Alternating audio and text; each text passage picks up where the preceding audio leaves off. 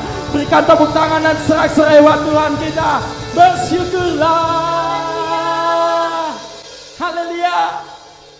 Yang mau lebih lagi bersyukur kepada Tuhan, boleh sama-sama angkat tangan kita tinggi-tinggi di hadapan Tuhan.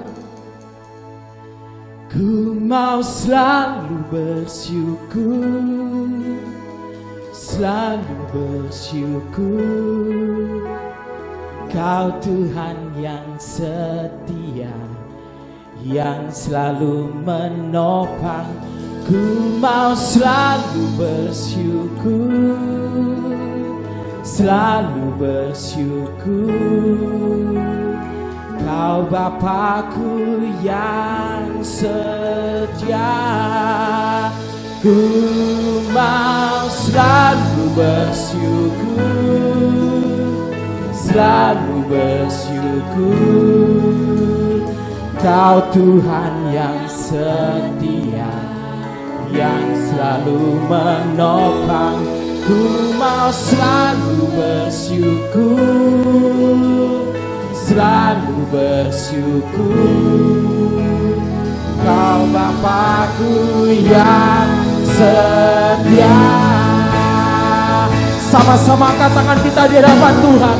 Katakan, ku mau selalu bersyukur, selalu bersyukur. Kau Tuhan yang setia, yang selalu menopang. Ku mau selalu bersyukur, selalu bersyukur.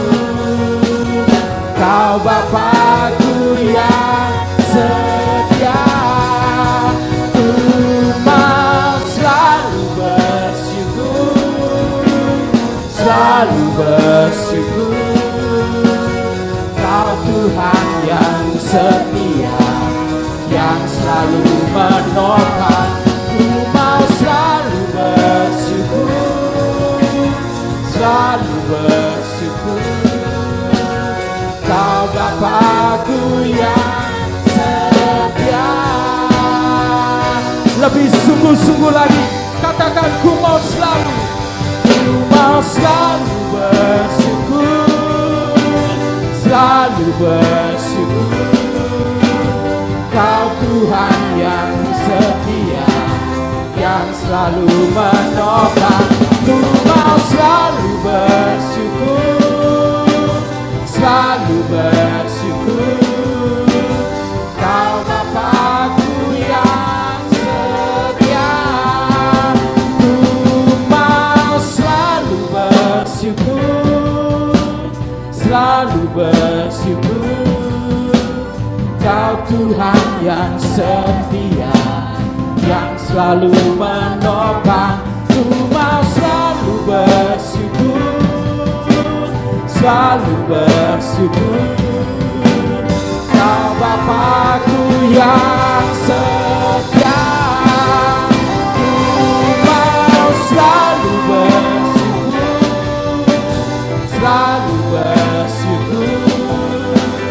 Kau Tuhan yang setia, yang selalu menopang. Ku mau selalu bersyukur, selalu bersyukur. Kau Bapakku yang setia. Kau Bapakku yang setia. Kau Bapakku yang setia.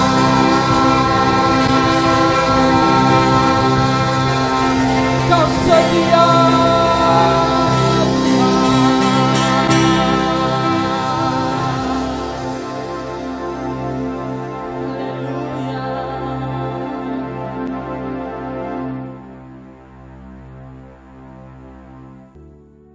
Shalom Bapak Ibu, saudara yang dikasihi Tuhan.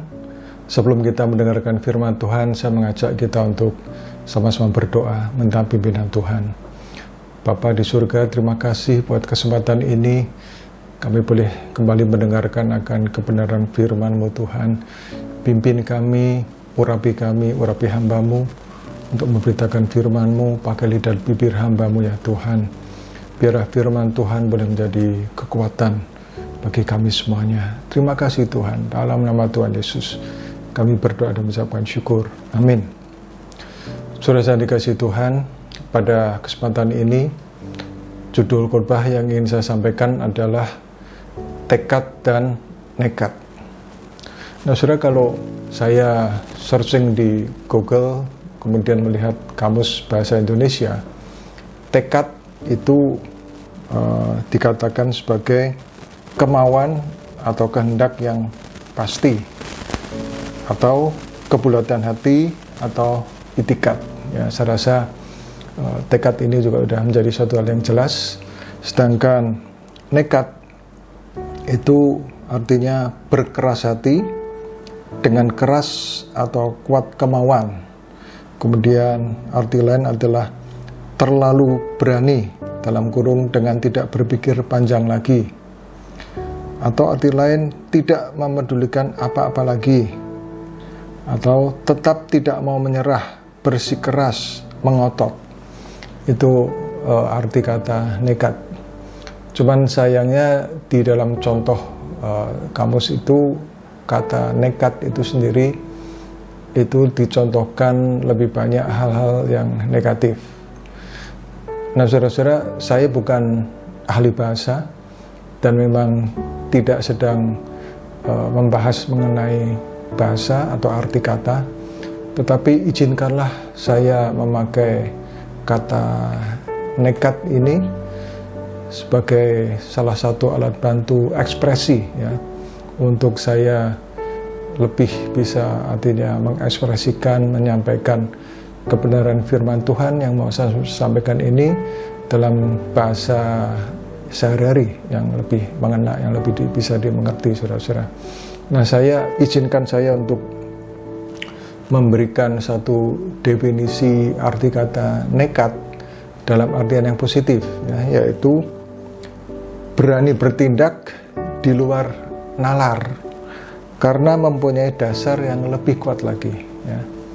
Berani bertindak di luar nalar, di luar logika, karena punya dasar yang lebih kuat lagi. Dan dasar yang lebih kuat lagi itu apa? Tentu adalah firman Tuhan, saudara-saudara. Nah, saudara, saya mengajak kita untuk memperhatikan ya di dalam kisah mengenai Sadrah, Mesah, dan Abednego ya, di dalam kitab Daniel. Saudara bisa menjumpai di sana Sadrah, Mesah, dan Abednego. Bagaimana pada waktu Raja Babel, Raja Nebukadnezar itu mendirikan patung emas ya, dan kemudian dia bertitah ya, Raja Nebukadnezar ini bertitah bahwa pada hari dan waktu yang sudah ditentukan, maka seluruh rakyat siapapun juga ya, itu dikatakan harus sujud menyembah patung emas yang dia dirikan. Tidak boleh tidak. Karena kalau yang tidak mau menyembah akan dihukum mati. Seperti itu.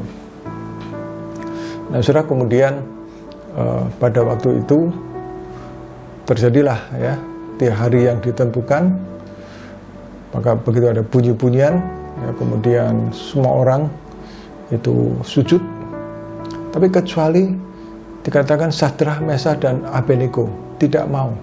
Kenapa? Karena Sadrah, Mesah, dan Abednego itu mengerti bahwa menyembah itu hanya kepada Tuhan saja ya, kepada Allah pencipta langit dan bumi, bukan kepada patung yang dibuat oleh manusia. Kemudian dilaporkan tentang hal ini kepada Raja Nebukadnezar, terus dipanggil mereka, Sadrah, Mesah, dan Abednego dipanggil. Coba saya ingin melihat kalian untuk menyembah ya, patung yang saya dirikan. Tapi mereka, Sadrah, Mesah, dan Abednego tetap tidak mau. Nah kemudian Raja Nebukadnezar marah ya, marah, dan kemudian kita baca di dalam Daniel 3 ayat 16 sampai dengan 18 ya, saya akan bacakan saudara-saudara. Dikatakan begini: lalu Sadrah, Mesah, dan Abednego menjawab Raja Nebukadnezar, "Tidak ada gunanya kami memberi jawab kepada tuanku dalam hal ini. Jika Allah kami yang kami puja sanggup melepaskan kami, maka ia akan melepaskan kami dari perapian yang menyala-nyala itu dan dari dalam tanganmu, ya Raja. Tetapi seandainya tidak, hendaklah tuanku mengetahui, ya Raja, bahwa kami tidak akan memuja dewa tuanku dan tidak akan menyembah patung emas yang tuanku dirikan itu." Saudara-saudara, nah sampai di sini sudah ya. Ini begini, saya mau katakan bahwa Sadrah, Mesakh dan Abednego itu apakah memang dia rela mati? Ya, rela mati untuk itu. Tetapi tidak dalam ayat yang kita, dalam cerita yang kita baca ini, ada yang lebih dari itu, saudara-saudara. Bahwa Sadrah dan Mesakh dan Abednego itu bukan hanya sekedar siap mati karena dia tidak mau menyembah patung. Karena kalau hanya sekedar siap mati, tentu kata-katanya adalah, ya sudah, ini memang kami tidak mau menyembah patung, mau dihukum mati, silahkan hukum mati. Kan seperti itu. Tetapi kan nyatanya kan bukan itu yang dikatakan oleh Sadrah dan Mesakh dan Abednego, ya. Tetapi dia justru mengatakan bahwa jika Allah kami yang kami puja sanggup melepaskan kami, maka ia akan melepaskan kami dari perapian yang menyala itu dan dari tanganmu, ya Raja. Artinya apa? Artinya Sadrah, Mesakh dan Abednego ini mempunyai keinginan yang kuat untuk tetap hidup, saudara-saudara. Tetapi dia juga mengerti bahwa mereka tidak boleh menyembah patung karena itu tidak sesuai dengan firman Tuhan. Maka mereka itu nekat, ya. Di sinilah mereka nekat. Nekat karena apa? Sesuatu yang memang di luar nalar. Nalarnya apa? Ya kalau nggak nyembah mati. Tapi mereka nekat, ya. Nekat karena sesuatu yang dasar yang lebih kuat, yaitu apa? Bahwa mereka tahu Allah yang mereka sembah itu Allah yang luar biasa. Saudara ingat peristiwa di mana sebelumnya, ya, bahwa mereka itu tidak mau makan makanan raja atau minum minuman raja karena mereka percaya atau menganggap bahwa itu najis, ya, sehingga mereka lebih memilih untuk makan sayur. Dan kemudian apa yang terjadi? Diadakan percobaan makan sayur dan justru perawakan mereka lebih kuat, lebih tegap daripada orang-orang lain yang makan dari makanan raja, ya. Itu mereka menyadari bahwa itu semua adalah kekuasaan dari Tuhan, pembelaan dari Tuhan. Ya, jadi Sadrah, Mesakh dan Abednego ini mempunyai pengalaman pribadi kehidupan dengan Tuhan, ya, sehingga dengan dasar itulah mereka juga mengerti, mereka nekat, saudara-saudara. Mereka nekat untuk tidak mau menyembah patung dengan segala risiko. Tapi mereka berkata, kalau Allah kami sanggup, maka dia akan melepaskan kami. Tapi kalaupun sampai kami harus mati, ketahuilah kami tidak akan menyembah, tetap tidak akan menyembah patung yang Tuhan dirikan. Ya, seperti itu, saudara-saudara. Ini nekat sekali. Kemudian apa yang terjadi, saudara? Yang terjadi, Raja Nebukadnezar marah sekali mendengar hal ini, sehingga saking marahnya kemudian dia memerintahkan untuk dapur api, ya, dipanaskan sampai 7 kali lipat lebih panas, ya. Dan kemudian Sadrah, Mesakh dan Abednego itu kan diikat sehingga untuk dicemplungkan ke dalam dapur api itu perlu diangkat oleh orang, ya. Dan raja memerintahkan prajurit atau pengawal itu yang tegap, yang kuat, ya, untuk mengangkat mereka. Dan apa yang terjadi? Saking panasnya sampai yang ngangkat pun itu mati, ya, kepanasan.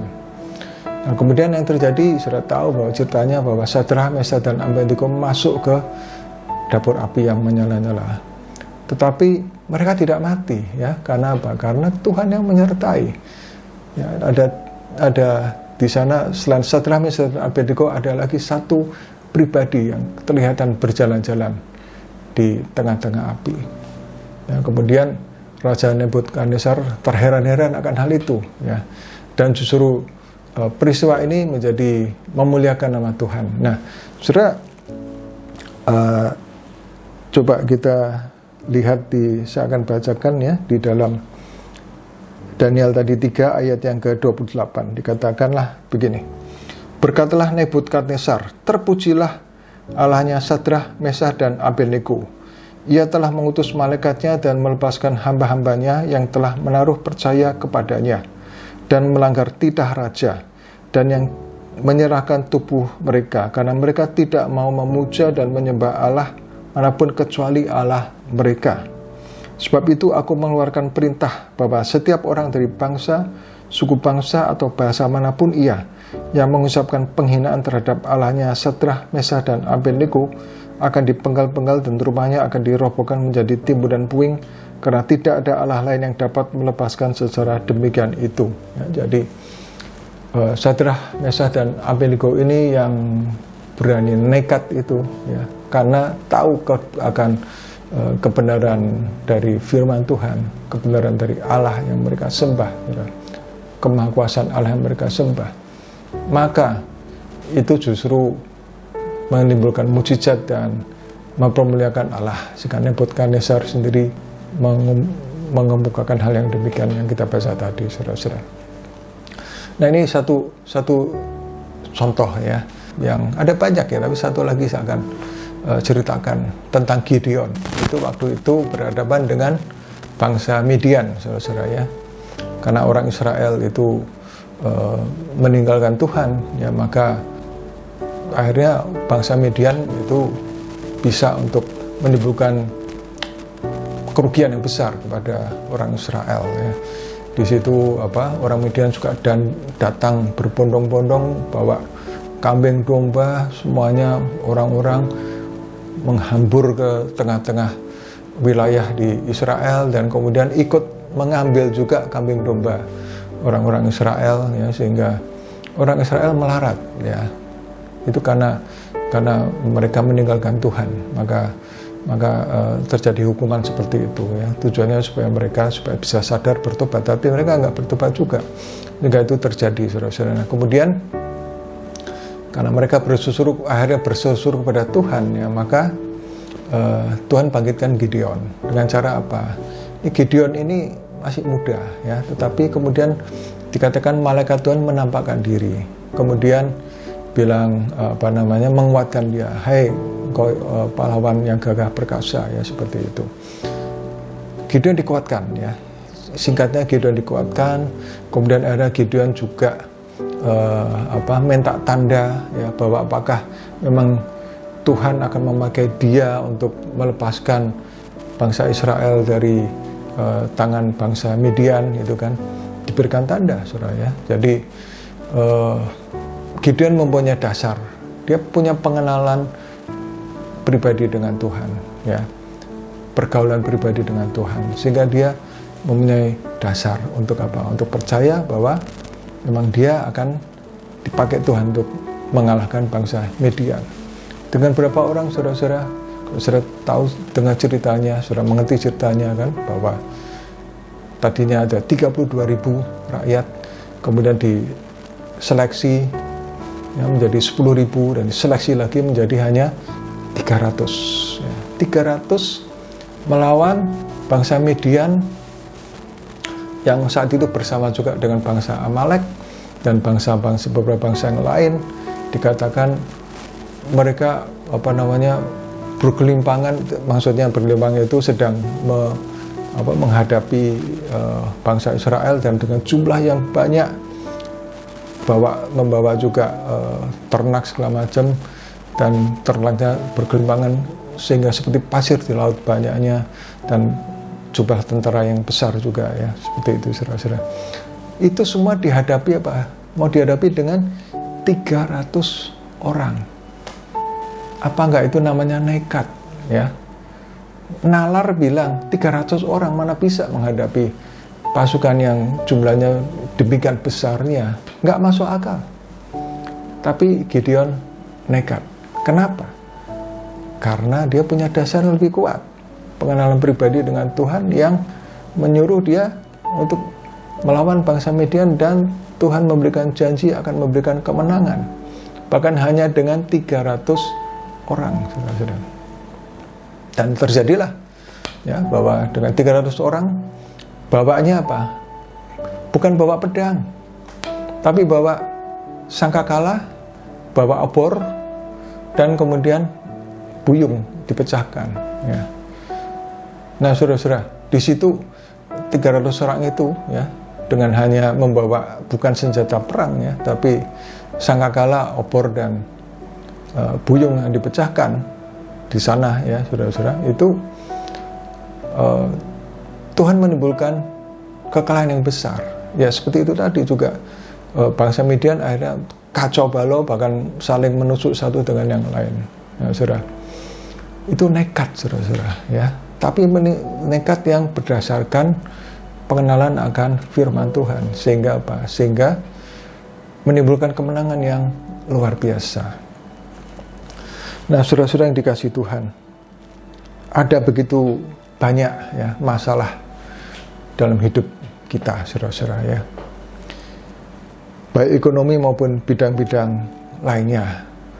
Baik saat pandemi ini maupun ya saat tidak pandemi juga, saudara. Ada begitu banyak masalah. Nah, saudara, ada kalanya tantangan, masalah yang kita hadapi itu membuat juga kita takut, ya. Takut akan masa depan, takut akan hari esok. Padahal Tuhan sudah bilang, jangan kamu khawatir, jangan kamu takut akan hari esok, karena hari esok mempunyai kesusahannya sendiri. Tetapi carilah dulu kerajaan Allah dan kebenarannya, maka semua itu akan ditambahkan kepadamu. Apa yang Tuhan mau nasihatkan kepada kita? Sudah, beranikanlah ya diri kita ya. Untuk apa? Mempercayakan diri kepada Tuhan. Mempercayakan diri sepenuhnya kepada Tuhan. Beranikanlah, saudara-saudara ya. Dengan apa?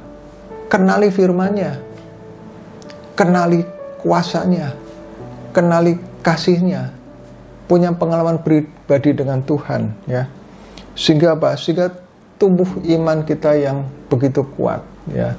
Sehingga apa? Sehingga kita tidak menjadi takut lagi, karena kita berani berkata bahwa Tuhan, Engkaulah penolongku. Aku tidak takut akan apapun. Ya, Saudara. Jadi ada tekad yang kuat ya untuk kita hidup bersandar sepenuhnya, percaya sepenuhnya kepada Tuhan, dan kemudian kita bisa menghadapi hidup ini dengan hati yang nekat itu, saudara-saudara. Nekat kenapa? Percaya pada Tuhan untuk bisa mengatasi segala masalah. Sehingga apa? Sehingga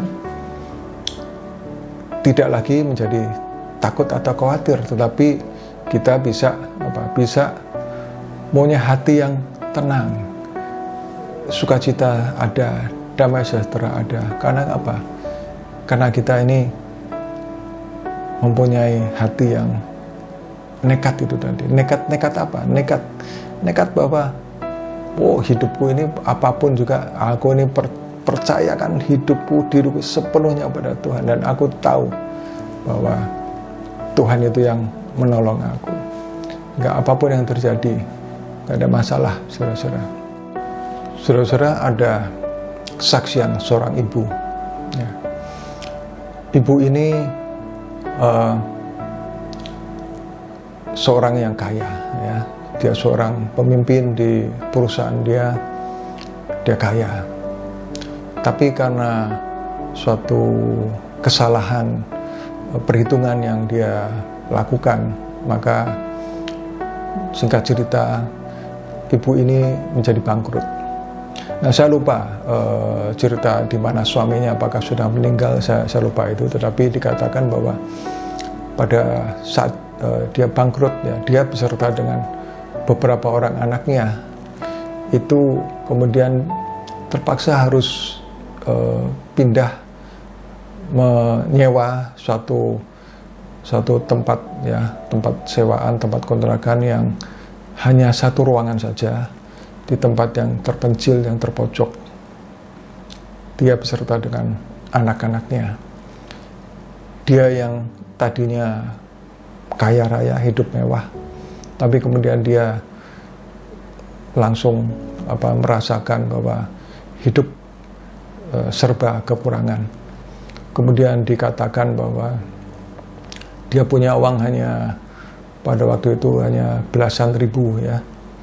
Kemudian suatu saat dia berpikir dan dia pakai uang itu kemudian untuk membeli obat nyamuk untuk bunuh diri, saudara-saudara.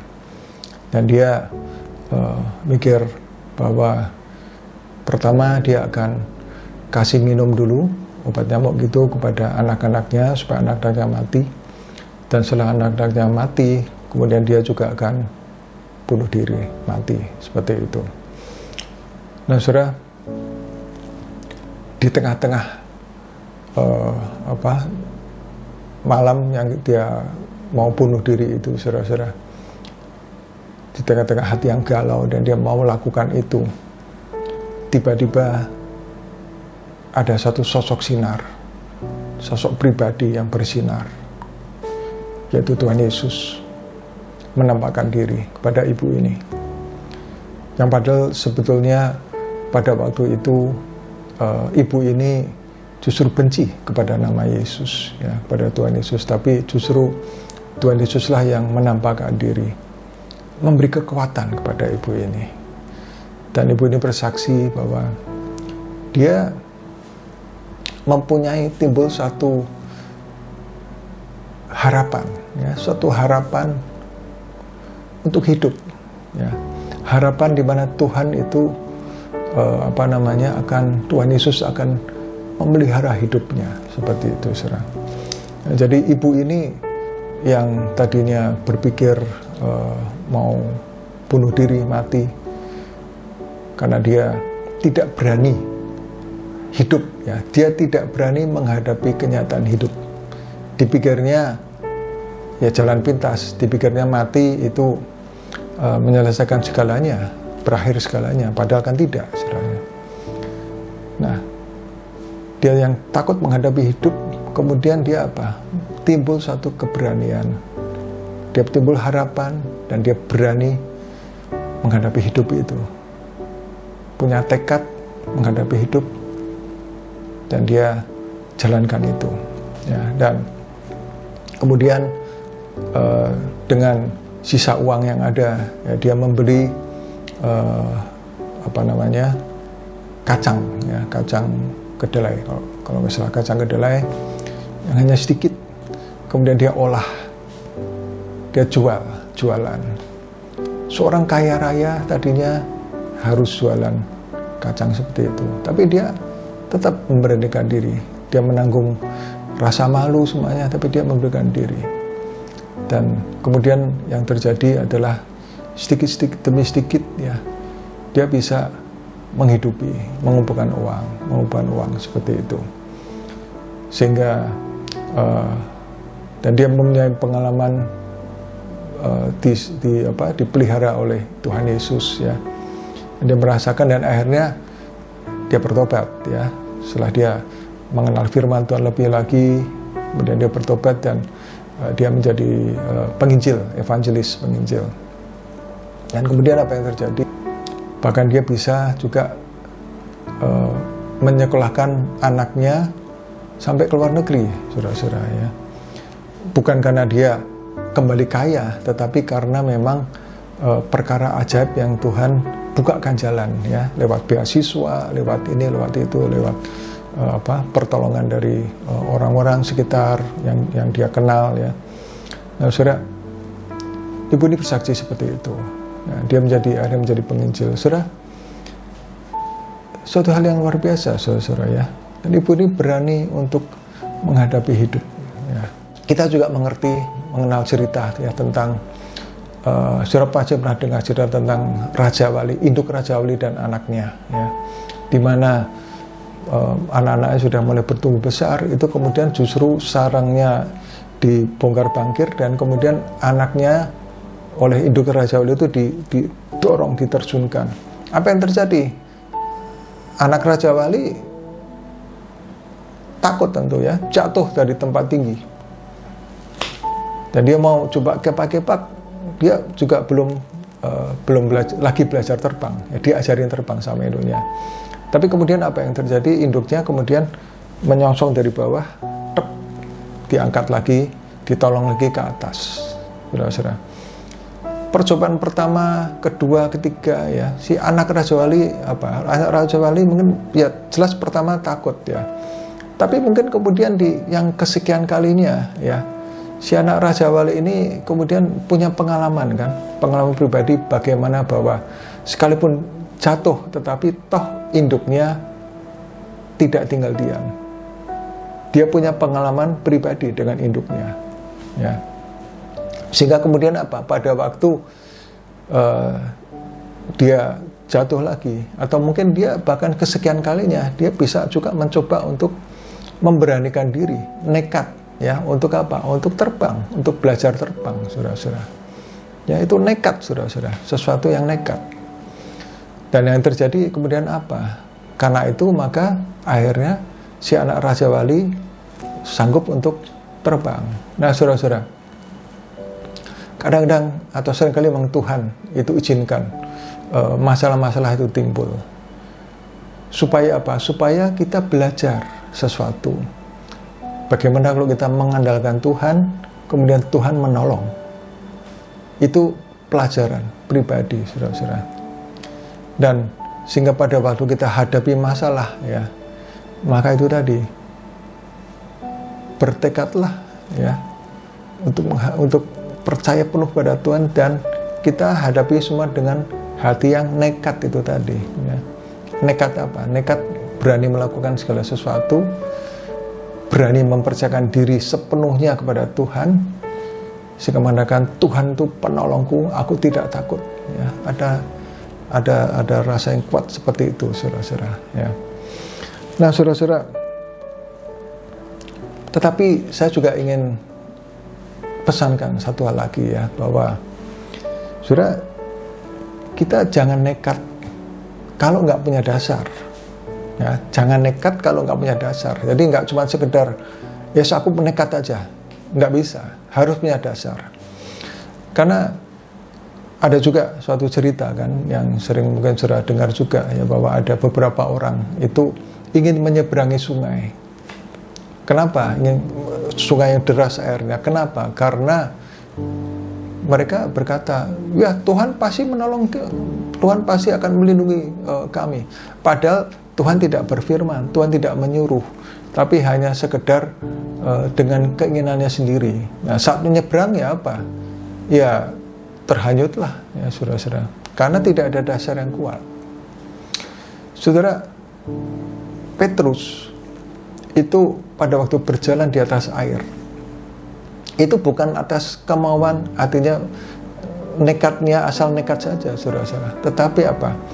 Tapi dia tanya dulu sama Tuhan Yesus ya. Petrus mengatakan begini, Tuhan, kalau Engkau itu, suruhlah aku berjalan di atas air menemui Engkau ya.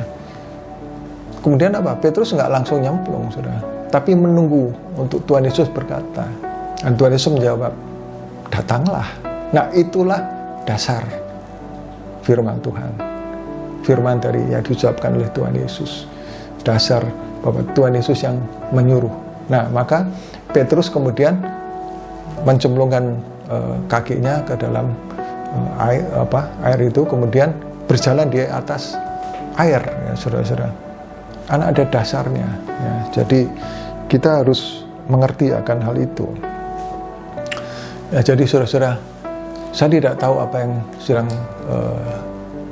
saudara hadapi saat ini, apapun masalah, seberapa besar pun masalah yang saudara hadapi saat ini ya. Maka baiklah kita saudara boleh bertekad untuk apa? Percaya sepenuhnya pada Tuhan dan nekat berani menghadapi hidup ini, berani menghadapi tantangan-tantangan ini ya. Nah, apa yang harus dilakukan ya? Yang pertama-tama tentu adalah cari Tuhan. cari Tuhan Yesus ya. Berseru pada Tuhan, bergumul di hadapan Tuhan, sungguh-sungguh ya. Punya tekad yang kuat untuk cari Tuhan, sungguh-sungguh. Kemudian apa? Berdoa, mohon untuk mendapatkan apa? Firman Tuhan ya. Tuhan ngomong apa? Tanya sama Tuhan, bergumul dapatkan firman ya. Dan pada waktu Tuhan berikan firman-Nya, berikan tuntunannya ya, maka pegang itu kuat-kuat. Dan kemudian berdasarkan firman Tuhan itu, apapun yang sudah mesti melangkah, berani melangkah, nekat berani melangkah, maka pasti kemenangan akan Tuhan berikan pada kita. Sehingga dengan ini kita bisa menghadapi semua tantangan itu tidak lagi khawatir, tidak lagi takut, tetapi kita punya tekad dan kita bisa berani nekat untuk menghadapi semuanya itu dengan pertolongan Tuhan, dan kita akan memperoleh kemenangan, saudara-saudara. Ayat yang terakhir ya, saya akan bacakan di dalam Ibrani 13 ayat 5 dan 6. Demikian firman Tuhan. Janganlah kamu menjadi hamba uang, dan cukupkanlah dirimu dengan apa yang ada padamu, karena Allah telah berfirman, Aku sekali-kali tidak akan membiarkan engkau, dan aku sekali-kali tidak akan meninggalkan engkau. Sebab itu dengan yakin kita dapat berkata, Tuhan adalah penolongku, aku tidak akan takut. Apakah yang dapat dilakukan manusia terhadap aku? Haleluya, luar biasa saudara. Demikian firman Tuhan pada kesempatan ini. Amin. Mari kita sama-sama berdoa. Bapa di surga, terima kasih buat firman-Mu pada kesempatan ini ya Tuhan, yang kami dengarkan. Tuhan, kami mau Tuhan sungguh-sungguh mempercayakan hidup kami padamu ya Tuhan. Tuhan, kami tahu Engkau Allah penolong kami, dan kami tidak perlu takut akan apapun. Tuhan, berikan firman-Mu Tuhan, tuntunan-Mu dalam hidup kami, dalam setiap masalah yang kami hadapi Tuhan, dan kami mau pegang akan janji-Mu, kami mau pegang akan firman-Mu, dan kami mau melangkah dengan berani, kami mau melangkah Tuhan dengan nekat ya Tuhan, dengan tekad yang kuat dan dengan nekat, karena kami tahu bahwa firman-Mu adalah ya dan amin Tuhan, melebihi dari segala akal manusia, melebihi dari segala logika Tuhan, melebihi dari segala apa yang kami lihat, melebihi dari segala panca indera kami Tuhan. Firman-Mu adalah ya dan amin. Terima kasih ya Tuhan, terima kasih. Dan Tuhan, biarlah firman-Mu boleh tertanam dalam hati kami, dan boleh kami lakukan Tuhan, dan menjadi kekuatan bagi kami. Terima kasih Tuhan, dalam nama Tuhan Yesus kami berdoa dan mengucapkan syukur. Amin. Mari saudara-saudara kita angkat tangan, kita mohon berkat dari Tuhan. Saudara-saudara dikasih Tuhan, terimalah berkat, anugerah, pemeliharaan Tuhan yang sempurna, kasih yang sempurna dari Allah Bapa di dalam Anak yang tunggal Yesus Kristus Tuhan, serta persekutuan manis dengan Roh Kudus menyertai saudara semuanya mulai saat ini sampai Maranatha. Tuhan Yesus datang kali yang kedua untuk menjemput kita semuanya, bahkan sampai selama-lamanya. Yang percaya sama-sama katakan amin. Tuhan memberkati.